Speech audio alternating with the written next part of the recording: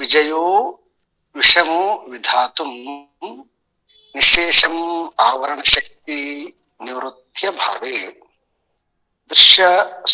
ದೃಗ್ ದೃಶ್ಯಯೋಃ ಸ್ಫುಟ ಪಯೋ ಜಲವದ್ ವಿಭಾಗೆ ನಶ್ಯೇತ್ ತತ್ ಆವರಣಂ ಆತ್ಮನಿ ಚ ಸ್ವಭಾವಾತ್ ನಿಸ್ಸಂಶಯೇನ ಭವತಿ ಪ್ರತಿಬಂಧ ಶೂನ್ಯಃ ವಿಕ್ಷೇಪಣಂ ನಹಿ ತದಾ ಯದಿ ಚೇನ್ ಮೃಷಾರ್ಥೆ ವಿಕ್ಷೇಪ ಶಕ್ತಿ ವಿಜಯೋ ವಿಷಮೋ ವಿಧಾತುಂ ನಿಶೇಷಮಾವರಣ ಶಕ್ತಿ ನಿವೃತ್ಯ ಭಾವೇ ದೃಗ್ದೃಶ್ಯಯೋ ಸ್ಫುಟಪಯೋ ಜಲವದ್ವಿಭಾಗೆ ನಶ್ಯೇ ತದಾವರಣ ಚ ಸ್ವಭಾವಾತ್ ನಿಸ್ಸಂಶಯೇನ ಭವತಿ ಪ್ರತಿಬಂಧ ಶೂನ್ಯೋ ವಿಕ್ಷೇಪಣಂ ನಹಿ ತದಾ ಯದಿ ಚೇನ್ಮೃಷಾರ್ಥೇ.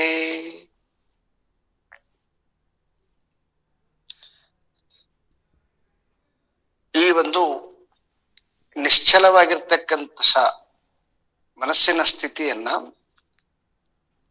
ನಿನ್ನೆ ದಿನ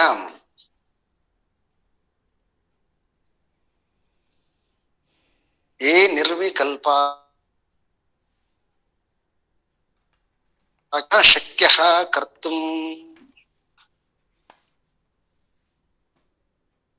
ಪಂಡಿತೈಷಿ ಅಂದ್ರೆ ಪಂಡಿತನಾಗಿರ್ತಕ್ಕ ಈ ಅಹಂ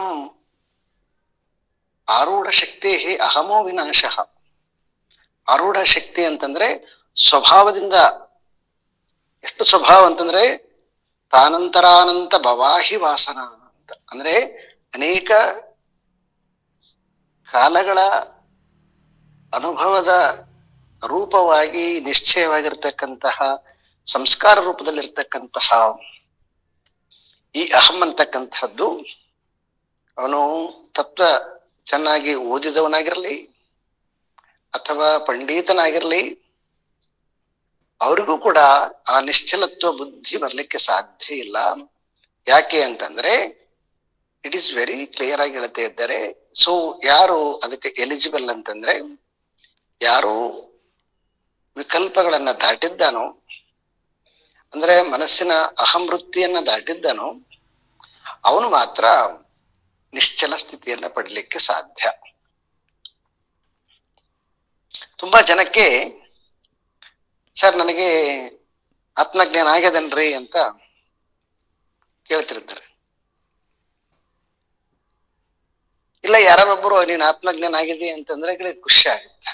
ಏನ್ ನೋಡ್ರಿ ಅವರು ತೀರ್ಕೊಂಡಾಗ ಆತ್ಮಭಾವದಲ್ಲಿದ್ರು ಅಂದ್ರೆ ಖುಷಿ ಆಗತ್ತೆ. ಅವರು ಸಮಾಧಿ ಸ್ಥಿತಿಯಲ್ಲಿ ಹೀಗೆ ತೀರ್ಕೊಂಡ್ರು ನೋಡ್ರಿ, ಓ ಇಲ್ಲ ಅವರು ಸಮಾಧಿ ಸ್ಥಿತಿಯಲ್ಲಿದ್ರು. ಹೀಗೆ ಯಾವುದೋ ಒಂದು ಯಾರೋ ಒಬ್ರು ಮುದ್ರೆ ಹಾಕ್ಬೇಕು, ಯಾರೋ ಒಬ್ರು ಹೇಳ್ಬೇಕು, ಅದು ಸಮಾಧಿ ಸ್ಥಿತಿ, ಅದು ಮೋಕ್ಷ ಸ್ಥಿತಿ ಅಂತ ವಿಚಿತ್ರವಾಗಿ. ಮತ್ತೆ ಇವರೆಲ್ಲ ಏನು ಕಡಿಮೆ ಇರೋರಲ್ಲ, ಎಲ್ಲ ತುಂಬಾ ಓದಿಕೊಂಡಿರ್ತಕ್ಕಂಥವ್ರು. ನನ್ನ ಹತ್ರ ಕೇಳಿದ್ದುಂಟು, ಅವ್ರೇನು ಓದದೇ ಇರೋರಲ್ಲ, ಓದಿರೋರೆ. ಯಾಕೆ? ತುಂಬಾ ಸರಳವಾಗಿದೆ. ಆಚಾರ್ಯ ಶಂಕರರು ಏನು ಗೌಪ್ಯವಾಗಿ ಇಟ್ಟಿಲ್ಲ. ಆಚಾರ್ಯ ಶಂಕರರ ಇಡೀ ಫಿಲಾಸಫಿಯನ್ನ ಒಬ್ಬ ಶಾರ್ಪ್ ಇರ್ತಕ್ಕಂಥ ಬುದ್ಧಿ ಅವನಿಗೆ ಸಹಜವಾಗಿ ಅರ್ಥ ಆಗುವಾಗೆ ಬರೆದಿದ್ದಾರೆ. ಬಿಟ್ರೆ ಏನೋ ಕಲ್ಪನೆ ಮಾಡಿಕೊಳ್ಳಿ, ಇಲ್ಲ ಅದೇನೋ ಇಂದ್ರಿಯಗಳ ಆಚೆ ಇರ್ತಕ್ಕಂಥದ್ದು, ಮನಸ್ಸಿನ ಆಚೆ ಇರ್ತಕ್ಕಂಥದ್ದು, ಅದು ಯಾವೋ ಸಿಗುತ್ತೆ ನಿಮಗೆ, ಹೀಗೆ ಅವರು ಹೇಳೋರೇ ಅಲ್ಲ. ಯಾಕೆ ಸಾವಿರಾರು ವರ್ಷ ಆದ್ರೂ ಕೂಡ ಅವ್ರದ್ದು ಭಾಷ್ಯ ಒಂದು ಉಳ್ಕೊಂಡಿದೆ ಅಂತಂದ್ರೆ ಎಲ್ಲರಿಗೆ ಅರ್ಥವಾಗುತ್ತೆ ಬುದ್ಧಿಗೆ. ಅದು ಯಾರು ಸ್ವಲ್ಪ ಬುದ್ಧಿ ತೀಕ್ಷ್ಣದೋ ಅವ್ರ ಬುದ್ಧಿಗೆ ಗೋಚರ ಆಗುತ್ತೆ. ಬುದ್ಧಿಗೆ ಗೋಚರವಾಗದೇ ಇರ್ತಕ್ಕಂತಹದ್ದು ಕಲ್ಪನಾತ್ಮಕವಾಗಿ ಕಾವ್ಯಾತ್ಮಕವಾಗಿ ಅವರು ಹೇಳಲಿಕ್ಕೆ ಹೋಗಿಲ್ಲ. ನೀವು ಈ ಗ್ರಂಥಕ್ಕಿಂತ ನೀವು ಅವ್ರದ್ದು ಪ್ರಮುಖವಾಗಿರ್ತಕ್ಕಂಥ ಕಾರಿಕ, ಅಧ್ಯಾಸ ಭಾಷ್ಯ ಮತ್ತೆ ಬ್ರಹ್ಮಸೂತ್ರಕ್ಕೆ ಬರಬೇಕು. ಅಲ್ಲಿ ಎಷ್ಟು ಸ್ಪಷ್ಟವಾಗಿ ನಿಷ್ಠುರವಾಗಿ ಮತ್ತೆ ಯಾವುದೇ ಗೊಂದಲ ಇಲ್ಲಾರದಂತೆ ತತ್ವವನ್ನು ಹೇಳುವಾಗ ಅವ್ರು ಯಾವುದೇ ರೀತಿಯಾಗಿರ್ತಕ್ಕಂಥ ಗೊಂದಲ ಸೃಷ್ಟಿ ಮಾಡಂಗಲ್ಲ. ತತ್ವವನ್ನ ತಿಳಿಯುವಾಗ ಆಗ್ತಕ್ಕಂತಹ ಅನಾಹುತಗಳನ್ನ ತಪ್ಪಾಗಿ ಅರ್ಥ ಮಾಡಿಕೊಳ್ತಕ್ಕಂಥದ್ದನ್ನ ಅದನ್ನ ಅವರು ತುಂಬಾ ಕೇರ್ಫುಲ್ ಆಗಿ ಹೇಳ್ತಾರೆ. ಹಾಗಾಗಿ ನನಗೆ ಮೋಕ್ಷ ಸಿದ್ಧಿ ಆಗಿದೆ, ನನಗೆ ಏನೋ ಆತ್ಮಜ್ಞಾನ ಆಗಿದೆ, ನಾನು ಆತ್ಮಜ್ಞಾನಿ ಅಂತ ಯಾರು ನಿಮಗೆ ಸರ್ಟಿಫಿಕೇಟ್ ಕೊಡ್ಬೇಕಾಗಿಲ್ಲ. ಅದು ಕೊಟ್ಟರು ಕೂಡ ಅದು ಆತ್ಮಜ್ಞಾನದ ಲಕ್ಷಣ ಅಲ್ಲ. ಇಟ್ ಈಸ್ ವೆರಿ ಕ್ಲಿಯರ್ ಅದ. ಯಾರ ಮನಸ್ಸು ಯೋಚನಾ ರಹಿತ ಸ್ಥಿತಿಯಲ್ಲಿ ಸದಾ ಸ್ಥಿತನಾಗಿರ್ತದೋ, ಆಳದಲ್ಲಿ ಅಂತರಂಗದಲ್ಲಿ ಆತ್ಮಸ್ಥಿತಿಯಲ್ಲಿ ನೆಲೆಸಿ ಬಾಹ್ಯದಲ್ಲಿ ಯಾವುದನ್ನ ನಾವು ವ್ಯವಹಾರ ಸತ್ತ ಅಂತ ಕರಿತೀವಿ, ವ್ಯವಹಾರ ಸತ್ತದಲ್ಲಿ ಯಾವುದೇ ದ್ವಂದ್ವಗಳಿಲ್ಲದೆ ಯಾರು ನಿರ್ಲಿಪ್ತನಾಗಿದ್ದು ಕರ್ಮಗಳನ್ನ ಪೂರೈಸ್ತಾನೋ ಅವನಿಗೆ ಯಾರು ಸರ್ಟಿಫಿಕೇಟ್ ಕೊಡೋದು ಬೇಕಾಗಿಲ್ಲ, ಯಾರೋ ಬಂದು ನಮಸ್ಕಾರ ಮಾಡೋದು ಬೇಕಾಗಿಲ್ಲ. ಬಹಳ ಜನ ನಮಸ್ಕಾರ ಮಾಡಿದ್ರೆ ಅವ್ರಿಗೆ ಸಿದ್ಧಿ ಆಗ್ಯದ, ನೋ ಆಗ ಸಿದ್ಧಿಗಿದ್ದಿ ಇಲ್ಲಿದ್ರಾಗ.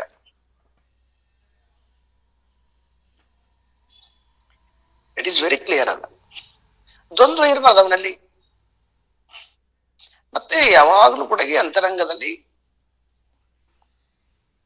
ತುಲ್ಯನಿಂದ ಸ್ತುತಿರ್ ಮೌನಿ ಸಂತುಷ್ಟ ಕೇನ ಕೇನಚಿತ್ ಅನಿಕೇತಃ ಸ್ಥಿರಮತಿ. ಸ್ಥಿರಮತಿ ಬುದ್ಧಿ ಸ್ಥಿರವಾಗಿರ್ಬೇಕು, ಸಂಶಯ ರಹಿತವಾಗಿರ್ಬೇಕು, ನಿಸ್ಸಂಶಯವಾಗಿರ್ಬೇಕು. ಹಾಗೆ ನಿಸ್ಸಂಶಯವಾಗಿರ್ಬೇಕು ಅಂತಂದ್ರೆ ಅದರ ಅರ್ಥ first it is very systematic ಆಗಿ ಈ ಭಾಷ್ಯವನ್ನು ಓದ್ಬೇಕು, ಅಧ್ಯಯನ ಶಂಕರದ ಅಧ್ಯಯನ ಮಾಡಬೇಕು, ಸ್ಪಷ್ಟವಾಗಿ ಅರ್ಥ ಮಾಡಿಕೊಳ್ಬೇಕು. ಅರ್ಥ ಮಾಡಿಕೊಂಡ ಮೇಲೆ ನಮ್ಮ ಏನು ಮನಸ್ಸಿನ ಕಲ್ಮಶ ಇದೆ, ಆ ಕಲ್ಮಶಗಳನ್ನ ಎಷ್ಟೆಷ್ಟು ರೀತಿಯಾಗಿ ನಾವು ತೆಗೆದಾಕ್ತಾ ಹೋಗ್ತೀವಿ. ಅವಾಗ ಮನಸ್ಸು ಶಾಂತ ಆಗುತ್ತೆ ಬರ್ತದೆ. ಅದು 5% ಆಗ್ಲಿ, 10% ಆಗ್ಲಿ, 20% ಆಗ್ಲಿ, ಅಷ್ಟು ಪರ್ಸೆಂಟು ನಾನು ತತ್ವದಿಂದ ನಿಷ್ಠನಾಗಿದ್ದೇನೆ ಅಂತ. ಹೀಗೆ ನಮ್ಮನ್ನ ನಾವೇ ನಮ್ಮ ಸ್ಥಿತಿಯನ್ನ ನಾವು ಕಂಡುಕೊಳ್ತಾ ಹೋಗ್ಬೇಕು. ಬಿಟ್ರೆ ಮತ್ತೆ ಯಾರೋ ಒಬ್ರು ಮೂರನೇದವರು ನೀನು ಬ್ರಹ್ಮಜ್ಞಾನಿಯೇ ಅಂತ ಸರ್ಟಿಫಿಕೇಟ್ ಕೊಡೋದಲ್ಲ. ಹಾಗಾಗಿ ಯಾರು ಮನಸ್ಸು ನಿಶ್ಚಲ ಸ್ಥಿತಿಯಲ್ಲಿ ಸ್ಥಿತನಾಗಿರುತ್ತಾನೆ, ಅಂತಹ ನಿಶ್ಚಲ ಸ್ಥಿತಿಗೆ ಹೋಗ್ಲಿಕ್ಕೆ ಕಾರಣ ಏನು, ಅಂತ ಸ್ಥಿತಿ ಮುಟ್ಟಕ್ಕಾಗದೇ ಇರೋ ಕಾರಣ ಏನು ಅನ್ನುವಂತಹದ್ದನ್ನ ಈ ಶ್ಲೋಕದಲ್ಲಿ, ಹಿಂದಿನ ಶ್ಲೋಕದಲ್ಲಿ ಅದನ್ನ ಸ್ವಲ್ಪ ತಗೊಂಡಿದ್ರು, ಆದ್ರೆ ಈ ಶ್ಲೋಕದಲ್ಲಿ ಅವರು ಕ್ಲಾರಿಟಿ ಕೊಡ್ತಾ ಇದ್ದಾರೆ. ನಿಶೇಷಂ ಆವರಣ ಶಕ್ತಿ ನಿವೃತ್ಯ ಭಾವೇ ವಿಕ್ಷೇಪ ಶಕ್ತಿ ವಿಜಯ ನ ಶಕ್ಯ ಅಂತ. ಅಂದ್ರೆ ವಿಕ್ಷೇಪ ಶಕ್ತಿ ಮತ್ತು ಆವರಣ ಶಕ್ತಿ ಅಂತ ಇಲ್ಲಿ ಎರಡು ವಿಷಯಗಳನ್ನ ತಗೊಂಡು ಬಂದಿದ್ದಾರೆ. ಪಂಚದಶಿಯರವರಿಗೆಲ್ಲ ಚೆನ್ನಾಗಿ ಗೊತ್ತಿದೆ. ಇನ್ನು ಪಂಚದಶಿಗೆ ಸರಿಯಾಗಿ ಅಟೆಂಡ್ ಮಾಡದೇ ಇರತಕ್ಕಂಥವರಿಗೆ ಈ ಎರಡು ಶಬ್ದಗಳು ಸ್ವಲ್ಪ ಹೊಸವನ್ನಿಸ್ತವೆ. ಆವರಣ ಅಂತಂದ್ರೆ ಕಾಣದೇ ಇರ್ತಕ್ಕಂಥದ್ದು, ಸ್ಪಷ್ಟವಾಗಿ ಕಾಣದೇ ಇರ್ತಕ್ಕಂಥದ್ದು ಆವರಣ. ವಿಕ್ಷೇಪ ಅಂತಂದ್ರೆ ಕಾಣದೇ ಇರ್ತಕ್ಕಂಥದ್ದರನ್ನ ಇನ್ನೇನು ಕಲ್ಪಿಸಿಕೊಂಡು ಆ ಕಲ್ಪಿಸಿಕೊಂಡಿರ್ತಕ್ಕಂತಹ ಸ್ವಭಾವಕ್ಕೆ ಅನುಸಾರವಾಗಿ ವರ್ತನೆ ಮಾಡತಕ್ಕಂಥದ್ದನ್ನ ವಿಕ್ಷೇಪ ಅಂತ. ಅವರ ಶಂಕರರ ಭಾಷೆಯಲ್ಲೇ ಹೇಳೋದಾದ್ರೆ, ಮಬ್ಬುಗತ್ತಲಲ್ಲಿ ಹಗ್ಗ ಇದೆ, ಅದು ಸ್ಪಷ್ಟವಾಗಿ ಕಾಣ್ತಾ ಇಲ್ಲ, ಅದಕ್ಕೆ ಮಬ್ಬುಗತ್ತಲು ಅಂತ ಕರೀತಿದ್ದಾರೆ. ಆ ಕತ್ತಲು ಅಂತಕ್ಕಂಥದ್ದೇನಿದೆಲ್ಲ ಅದು ಆವರಣ. ಏನನ್ನ ಮುಚ್ಚದ ಅಂತಂದ್ರೆ ಸ್ಪಷ್ಟವಾಗಿ ಹಗ್ಗ ಅನ್ನುವ ಹಾಗೆ ಅದು ತೋರ್ತಾ ಇಲ್ಲ. ಯಾಕೆ ಅಂದ್ರೆ ಆ ಕತ್ತಲು ಅದನ್ನ ಮರೆಮಾಚಿದೆ.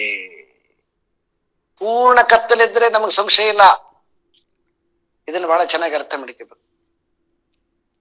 ಅದಕ್ಕೆ ಮಬ್ಬುಗತ್ತಲು ಅಂತ ಕರೆದ್ರು. ಆ ಮಬ್ಬುಗತ್ತಲು ಏನಿದೆಯಲ್ಲೋ ಅದು ಆವರಿಸ್ಕೊಂಡ್ಬಿಟ್ಟದ.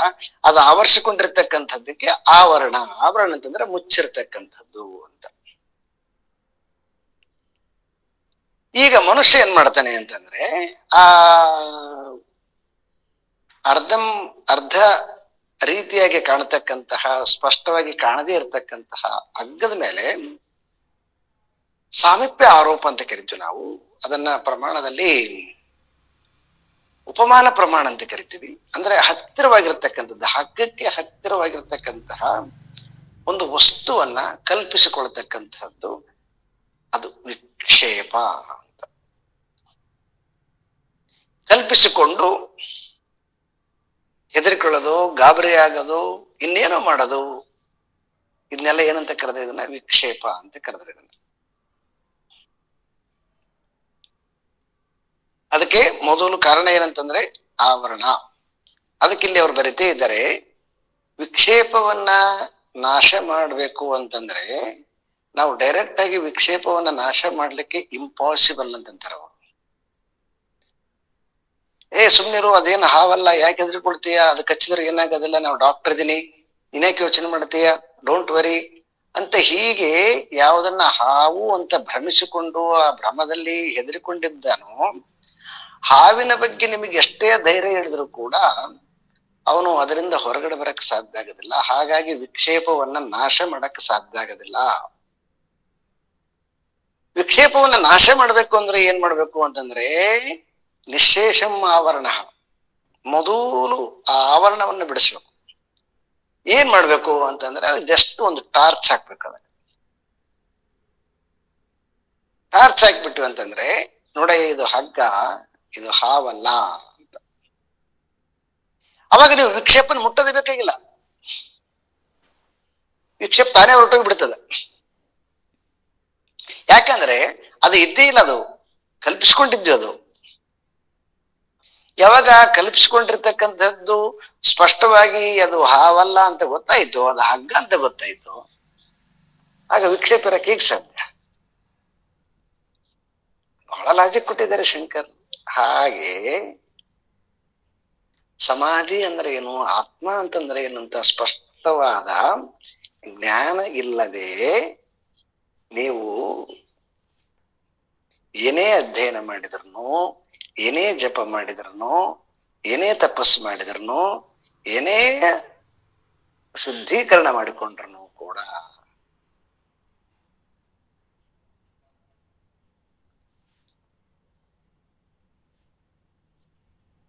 ಸಾಧ್ಯನೇ ಇಲ್ಲ.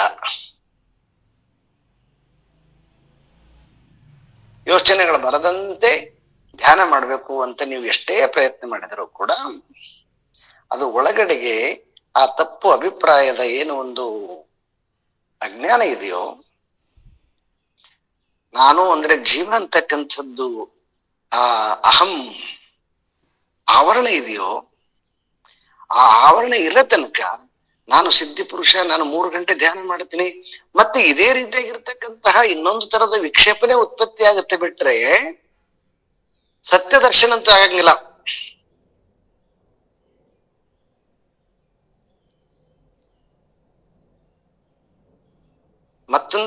ಮತ್ತೊಂದು ಇದು ಸಿಕ್ಸ್ಕೊಂಡಂಗ ತಲೆಗೆ, ಏನು ನವಿಲುಗರಿ ಸಿಕ್ಸ್ಕೊಂಡಂಗಂತ ಭಾಷ್ಯದಲ್ಲಿ ಬರೀತಾರೆ ಅವರು. ಇನ್ನೊಂದು ನವಿಲುಗರಿ ಸಿಕ್ಸ್ಕೊಂಡಂಗ್ ಬಿಟ್ರೆ ಅದರಿಂದ ಏನ್ ದೊಡ್ಡ ಸಾಧನೆ ಅಲ್ಲ ಅದು. ಅದಕ್ಕೆ ಸಾಧನೆ ಅಂತಂದ್ರೆ ಅರ್ಥ ಏನಂತಂದ್ರೆ, ಶಂಕರ ವೇದಾಂತದಲ್ಲಿ ಸಾಧನೆ ಅಂತಂದ್ರೆ ಸ್ಪಷ್ಟವಾಗಿ ನಾನು ಜೀವ ಅಲ್ಲ, ನಾನು ಆತ್ಮಸ್ವರೂಪ ಅಂತಕ್ಕಂಥದ್ದು, ನಾನು ಜೀವ ಅಂತಕ್ಕಂಥದ್ದು ಆವರಣ ಏನದಲ್ಲ ಅದು ಕಳಚ್ಬೇಕದು, ತೆಗಿಬೇಕದನ್ನ. ಅದು ಹೊರಟೋಯ್ತಂದ್ರೆ ಅವಾಗ ವಿಕ್ಷೇಪದ ಮೇಲೆ ಆಟೋಮೆಟಿಕ್ ಆಗಿ ನಿನಗೆ ವಿಜಯ ಸಿಕ್ಬಿಡ್ತದೆ.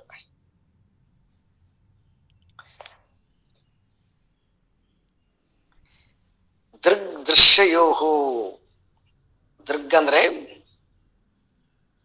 ಆತ್ಮ, ದೃಶ್ಯ ಅಂತಂದ್ರೆ ನೋಡುವಂತಹದ್ದು.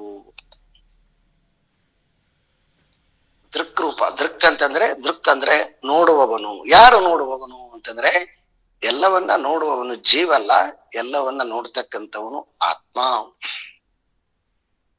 ಮತ್ತೆ ದೃಶ್ಯ ಏನಿದೆಯೋ ಅದೆಲ್ಲವೂ ಕೂಡ ಈ ಅನಾತ್ಮ. ಯಾಕೆಂದ್ರೆ ನೀನು ನೋಡೋನು ಇರೋದ್ರಿಂದ ಕಾಣಿಸ್ತದೆ. ನೀನ್ ನೋಡೋನ್ ಇಲ್ದೆ ಹೋಗಿದ್ರೆ ಅದೇಂಗ್ ಕಾಣಿಸ್ತದೆ? ಕಾಣಿಸಕ್ ಸಾಧ್ಯ ಇಲ್ಲ. ನೀ ನೋಡೋ ನದಿ ಅಂತ ಕಾಣಿಸ್ತದ.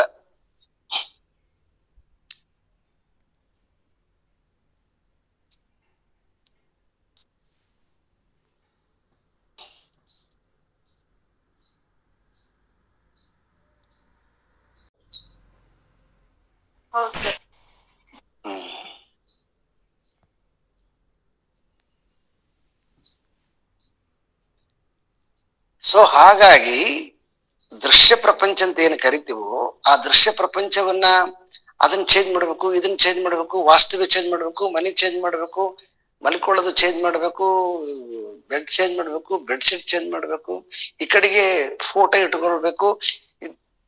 ಏನ್ ಕತೆ ಅಧ್ಯಾತ್ಮದಲ್ಲಿ.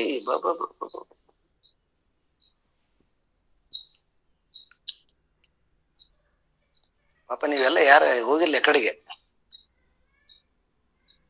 ಎಲ್ಲನ ಹೋದ್ರೆ ಗೊತ್ತಾಗತ್ತೆ ನಿಮಗೆ. ಇದು ಆತ್ಮನನ್ನು ತಿಳಿಯೋದಕ್ಕಿಂತ ಕೂಡ ಇದೇ ಭಯಂಕರ ಇರ್ತದ.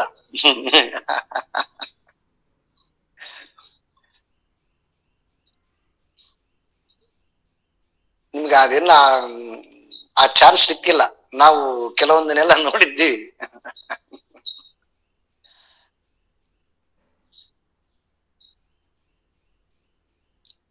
ಇದ್ರಾಗ ಕಳೆದು ಬಿಡ್ತಾರೆ ತುಂಬಾ ಜನ.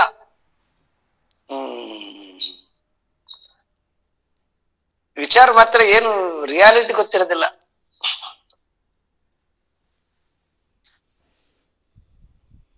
ಸತ್ಯವನ್ನ ಹೇಳ್ರಿ, ಸತ್ಯ ಅದು ಇಲ್ಲಿ ನಮ್ಮ ಆಶ್ರಮದಲ್ಲಿ ಸತ್ಯ ಇರ್ಬೇಕು.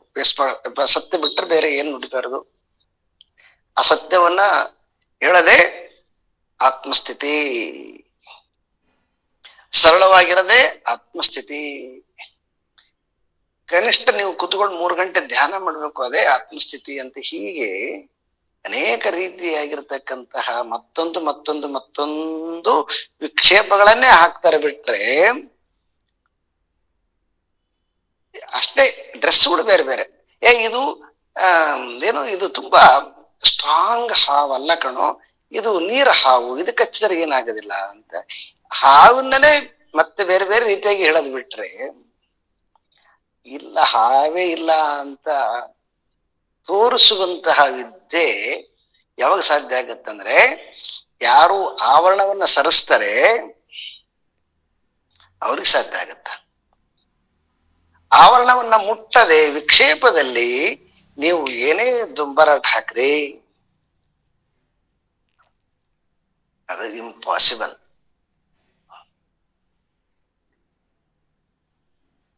ದೃಕ್ ಅಂದ್ರೆ ಇಲ್ಲಿ ಆತ್ಮ, ದೃಶ್ಯ ಅಂತಂದ್ರೆ ನೋಡಲ್ಪಡ್ತಕ್ಕಂತಹ ಜಗತ್ತು. ಸ್ಫುಟ ಅಂದ್ರೆ ಸ್ಪಷ್ಟವಾಗಿ. ಪಯಃ ಜಲಃ ವತ್ ವಿಭಾಗೆ. ಹೇಗೆ ಹಂಸ ನೀರನ್ನ ಮತ್ತು ಹಾಲನ್ನ ಹೇಗೆ ಭೇದ ಮಾಡುತ್ತೋ, ವಿಭಾಗ ಮಾಡುತ್ತೋ, ಹಾಗೆ ದೃಕ್ ಆತ್ಮಸ್ವರೂಪನಾಗಿರ್ತಕ್ಕಂಥವನು ಏನನ್ನ ನೋಡಿದರಾಗ್ಲಿ, ಏನನ್ನ ಕೇಳಿದರಾಗ್ಲಿ, ಏನನ್ನ ಮುಟ್ಟಿದರಾಗ್ಲಿ, ಏನನ್ನ ಮೂಸಿದರಾಗ್ಲಿ, ಪಶ್ಯನ್ ಶೃಣ್ವನ್ ಸ್ಪೃಶನ್ ಜಿಗ್ನನ್ ನಶ್ನನ್ ಗಚ್ಚನ್ ಸ್ವಪನ್ ಪಲ್ಲಪನ್ ವಿಸೃಜನ್ ಗೃಣಹನ್, ಈ ಎಲ್ಲ ಕ್ರಿಯೆಗಳನ್ನ ಮಾಡ್ತಾ ಇದ್ದಾಗಲೂ ಕೂಡ ಏಕಕಾಲಕ್ಕೆ ಅವನು ಆತ್ಮ ಯಾವುದು ಅನಾತ್ಮ ಯಾವುದು ಅಂತ ತಿಳಿತೇನೆ. ಬೃಹದಾರಣ್ಯಕ ಮಂತ್ರದಲ್ಲಿ ಪಂಚ ಜನಾಹ ಅಂತ ಒಂದು ಮಂತ್ರ ಬರುತ್ತೆ. ಅಂದ್ರೆ ನೋಡ್ತಾನೆ ಅಂತಂದ್ರೆ ಯಾವುದರಿಂದ ನೋಡ್ತಾನೆ?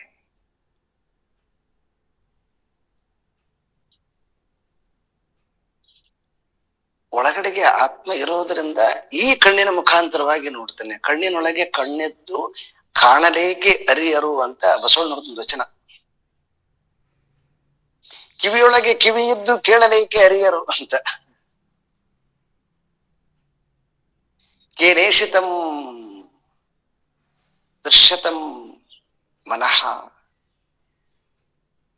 ಯಾವುದರಿಂದ ದೃಶ್ಯ ಪ್ರಪಂಚ ತಿಳಿಯಲ್ಪಡುತ್ತದೆ.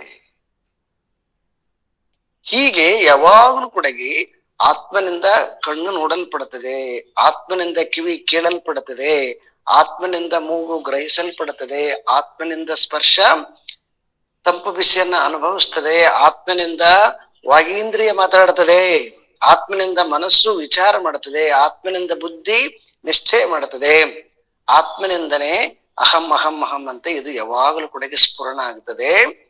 ಹಾಗಾಗಿ ಈ ಎಲ್ಲಾ ಇಂದ್ರಿಯಗಳಿಗೆ ಹಿಂದೆ ಒಂದು ಬದಲಾವಣೆ ಆಗತಕ್ಕಂತಹ ಇಂದ್ರಿಯ ಇದೆ. ಆ ಇಂದ್ರಿಯದ ಯಾವುದು ಆತ್ಮ ಅಂತ ಕರಿತೀವೋ ಆ ಆತ್ಮನಿಂದ ಇಂದ್ರಿಯ ಮುಖಾಂತರವಾಗಿ ಏನೆಲ್ಲವನ್ನ ನೋಡ್ತಾನೆ. ಏಕಕಾಲಕ್ಕೆ ನೋಡುವಾಗ ಯಾವುದು ರಿಯಾಲಿಟಿ ಯಾವುದು ಅನ್ರಿಯಾಲಿಟಿ ಅಂತಕ್ಕಂಥದ್ದು ಅವನಿಗೆ ಸ್ಪಷ್ಟವಾಗಿ ಗೊತ್ತಾಗುತ್ತೆ. ಪಯೋಜಲ ಅವದ್ವಿಭಾಗೆ ಸ್ಫುಟ, ಸ್ಪಷ್ಟವಾಗಿ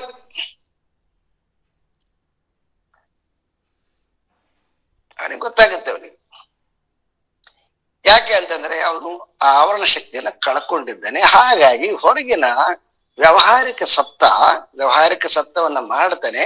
ಆದ್ರೆ ಸ್ಪಷ್ಟವಾಗಿ ಅವನಿಗೆ ಇದು ಯಾವುದು ಕೂಡ ಶಾಶ್ವತವಾಗಿರ್ತಕ್ಕಂಥದ್ದಲ್ಲ. ವ್ಯವಹಾರ ಕಾಲೇ, ಈ ಸಮಯಕ್ಕೆ ಅದು ಹಾಗೆ ತೋರುತ್ತೆ. ಅದಕ್ಕೊಂದು ಸಮಯ ಇದೆ, ಸಮಯ ಆದ್ಮೇಲೆ ಅದು ಹೋಗುತ್ತೆ. ರೂಪ ಅಂತಕ್ಕಂಥದ್ದು ಸ್ವಲ್ಪ ದಿವಸ ತೋರುತ್ತೆ. ಹೀಗೆ ಎಲ್ಲ ಈ ವ್ಯಾಪಾರಗಳನ್ನ, ಇಂದ್ರಿಯ ವ್ಯಾಪಾರಗಳನ್ನ ತಿಳಿತಾ ಹೋಗ್ಬೇಕು. ಅವಾಗ ಉಳಿಯವನು ಯಾರೋ ಒಬ್ಬನೇ ದೃಕ್ ಉಳಿತಾನೆ ಅವಾಗ. ಹೀಗೆ ಪ್ರತಿ ಕ್ಷಣದಲ್ಲಿ ಕೂಡ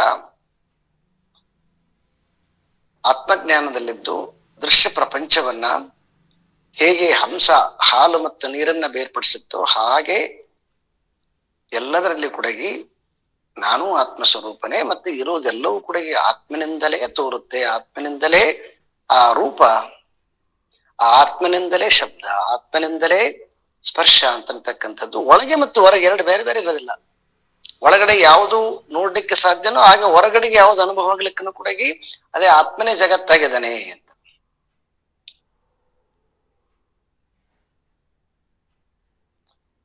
ಈ ರೀತಿಯಾಗಿ ಯಾರು ಆತ್ಮನನ್ನ ತಿಳಿತಾರೆ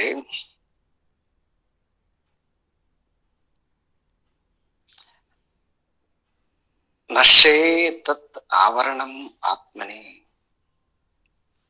ಆವಾಗ ವಿಕ್ಷೇಪ ಅಂತಕ್ಕಂಥದ್ದು ನಾಶ ಆಗತ್ತೆ.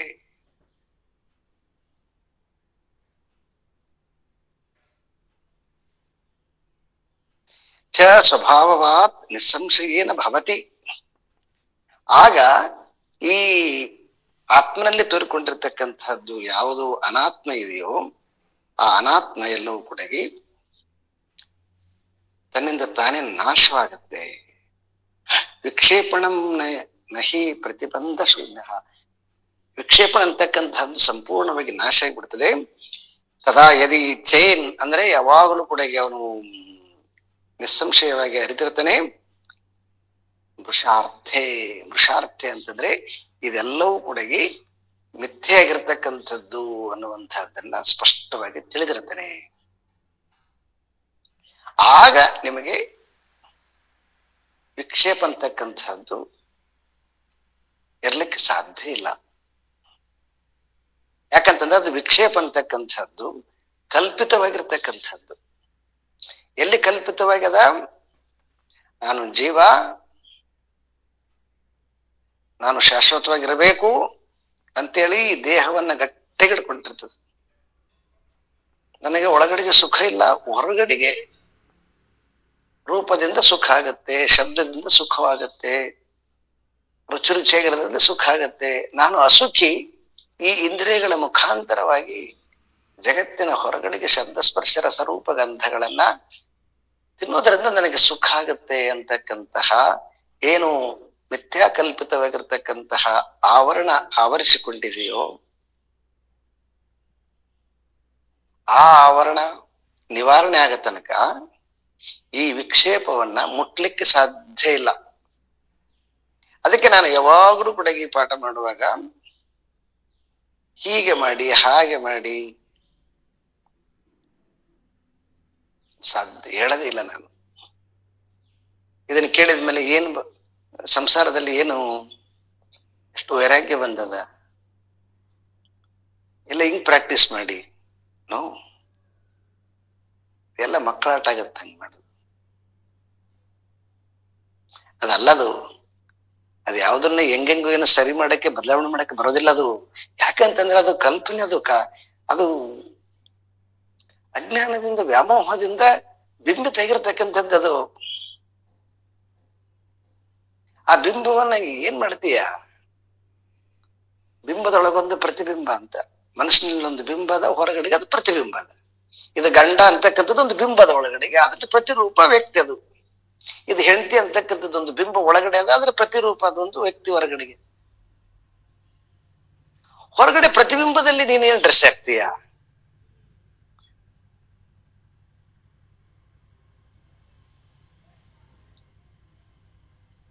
ಅದು ಮತ್ತೆ ಅದು ಯಾವ್ದನ್ನ ಕರೆಕ್ಷನ್ ಮಾಡೋದು ಅಲ್ಲ ವೇದಾಂತ. ಕರೆಕ್ಷನ್ ಆಗ್ಬೇಕಂತದ್ದು ನನ್ನೊಳಗಡೆ ಕರೆಕ್ಷನ್ ಆಗ್ಬೇಕು. ಯಾಕಂತಂದ್ರೆ ನಾನೇ ಮಿಸ್ಅಂಡರ್ಸ್ಟ್ಯಾಂಡಿಂಗ್ ಮಾಡಿಕೊಂಡಿದ್ದೀನಿ. ಇಲ್ಲಿಗೆ ಯಾಕೆ ಹಾವು ಬಂತು? ಇಲ್ಲಿ ಯಾರು ತಂದ್ರು ಹಾವನ್ನ?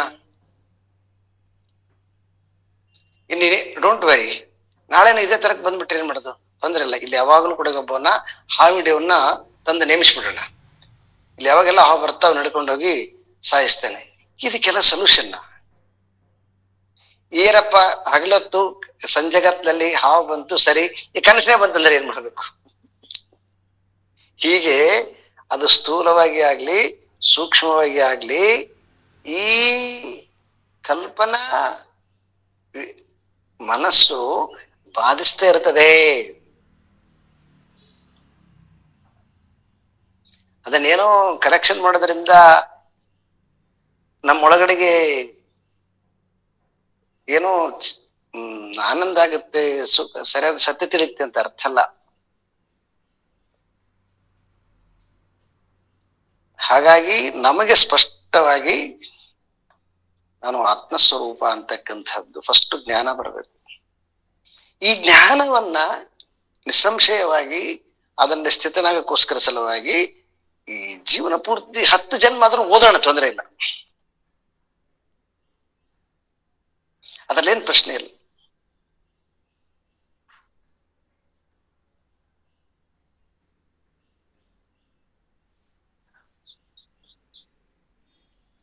ಯಾವಾಗ ನಿಮಗೆ ನಿಶ್ಚಳವಾಗಿರ್ತಕ್ಕಂಥದ್ದು ಜ್ಞಾನ ಆಗತ್ತೆ, ಯಾವಾಗ ಟಾರ್ಚ್ ಹಾಕಿದಗಳಿಗೆ ಅದು ಹಗ್ಗ ಅಂತಕ್ಕಂಥದ್ದು ನಿಶ್ಚಯ ಆಗತ್ತೆ, ಆಗ ಅಲ್ಲಿ ಹಾವಿರೋದೇ ಇಲ್ಲ.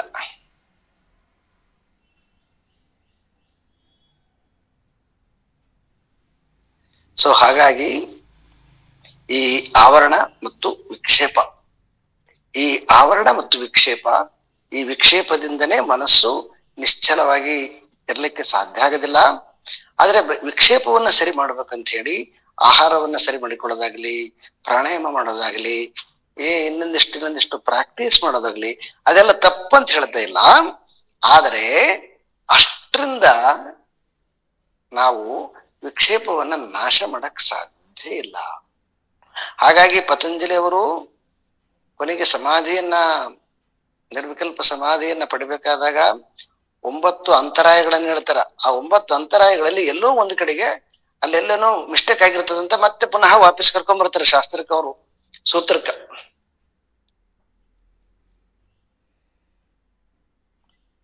ಸೊ ಹಾಗಾಗಿ ನಾವು ಎಷ್ಟು ಗ್ರಂಥಗಳನ್ನ ಓದಿದ್ದೀವಿ ಅನ್ನೋದು ಮುಖ್ಯ ಅಲ್ಲ, ನಾನು ಎಷ್ಟು ಆತ್ಮನಲ್ಲಿ ನಿಷ್ಠನಾಗಿದ್ದೇನೆ, ಹೆದರಿಕೆ ಬರದಂತೆ, ಸಂಶಯ ಬರದಂತೆ.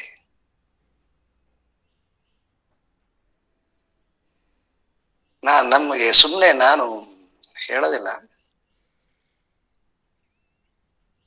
ಒಬ್ರು ಯಾರೋ ಒಬ್ರು ಒಂದು ಅವಾಗ ತುಂಬಾ ರ್ಯಾಶ್ ಇದ್ವಿ ನಾವು. ಯಾರೋ ಒಬ್ರು ಹೀಗೆ ಮಾತಾಡೋಗಿ ಏನೋ ರಾಂಗ್ ಮಾತಾಡಿದ್ರು, ತಪ್ಪಂತ ಹೇಳ್ಬಿಟ್ವಿ. ಅವರು ದೊಡ್ಡ ಸ್ವಾಮಿಗಳು. ಒಮ್ಮೆಲೆ ಸಿಟ್ಟು ಬಂದ್ಬಿಡುತ್ತೆ ಅವರಿಗೆ. ಏನ್ ಕಮಂಡಲ್ ಹಿಡ್ಕೊಂಡು ಎದ್ಬಿಟ್ಟು ನಿನ್ನ ಕುರಿಯನ್ನಾಗಿ ಮಾಡ್ತೀನಿ ಅಂತ ಹೇಳ್ಬಿಟ್ಟು ಎದ್ಬಿಟ್ರು ಅವರು. ಹಾಗೆ ಅವ್ರದ್ದು ತುಂಬಾ ಪ್ರಭಾವ ಇತ್ತು, ನೇಮ್ ಇತ್ತು. ಆದ್ರೆ ನನ್ನೊಳಗಡೆ ಮಾತ್ರ ಎಷ್ಟು ನಿರ್ಭಯ ಇತ್ತು ಅಂತಂದ್ರೆ ಒಂದ್ ಸ್ವಲ್ಪನೂ ಕೂಡ ಭಯ ಇದ್ದಿಲ್ಲ. ಯಾಕೆ ಅಂತಂದ್ರೆ ಅಂತಹದ್ದು ಯಾವುದು ವಿದ್ಯೆ ಅದು ಆತ್ಮವಿದ್ಯೆ ಅಲ್ಲ ಅಂತಕ್ಕಂಥದ್ದು ಸ್ಪಷ್ಟವಾಗಿ ನಮಗೆ ಅಂದ್ರೆ ಕ್ಲಾರಿಟಿ, ಶಾಸ್ತ್ರದಿಂದ ಕ್ಲಾರಿಟಿ ಇಲ್ಲದೆ ಇದ್ರೂ ಕೂಡ ಅದು ಅಂತರಂಗದಲ್ಲಿ ಅದು ಬೀಜ ಇತ್ತದು.